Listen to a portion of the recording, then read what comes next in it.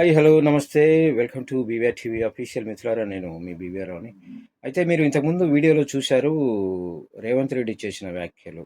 ఎందుకంటే బీఆర్ఎస్ బీజేపీలో కలుస్తుంది, కేసీఆర్ గవర్నర్ అవుతాడు, అలాగే మిగతా వాళ్ళకి మంత్రి పదవులు, కేసీఆర్ కూతురు కవితకు బెయిల్ రావటం ఇవన్నీ చెప్పారు. అయితే దీనికి కౌంటర్గా కేంద్ర మంత్రి, ఎంపీ బండి సంజయ్, మాజీ తెలంగాణ రాష్ట్ర అధ్యక్షులు, ఆయన కౌంటర్ ఇచ్చారు. ఏంటంటే, బీజేపీలో బీఆర్ఎస్ విలీనం అవుతుందని సీఎం రేవంత్ రెడ్డి చేసిన వ్యాఖ్యలను బండి సంజయ్ తీవ్రంగా ఖండించారు. సీఎం రేవంత్ రెడ్డి చెప్పినట్టుగానే కేసీఆర్, హరీష్ రావు, కేటీఆర్, కవితలకు కాంగ్రెస్లో పార్టీలో పదవులు వస్తాయని బండి సంజయ్ చెప్పారు. ఆయన ఉల్టా రివర్స్ చెప్తున్నారు.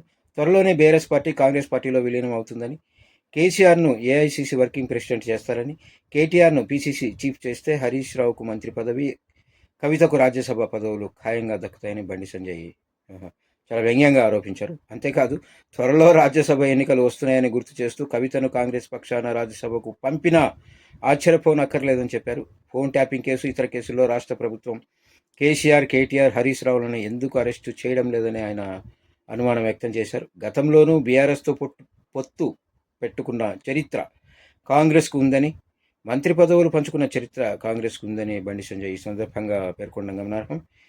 బీజేపీలో బీఆర్ఎస్ విలీనం అవుతుందని, అందులో భాగంగానే కవితకు బెయిల్ రాబోతుందంటూ సీఎం రేవంత్ రెడ్డి చేసిన వ్యాఖ్యలను తాను ఖండిస్తున్నట్లు బండి సంజయ్ పేర్కొన్నారు.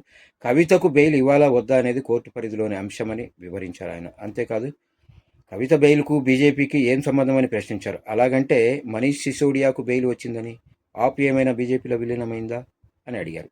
బీజేపీపై బురద చల్లడానికే కాంగ్రెస్ నేతలు దిగజారి మాట్లాడుతున్నారని చాలా తీవ్రంగా బండి సంజయ్ ఖండించారు. బీఆర్ఎస్ పార్టీసి ఏదైతే ఉందో అది ముగిసిపోయిన అధ్యాయమని, అలాంటి పార్టీతో బీజేపీ పొత్తు పెట్టుకోవాల్సిన కర్మ ఏమిటని బండి సంజయ్ ప్రశ్నిస్తున్నారు.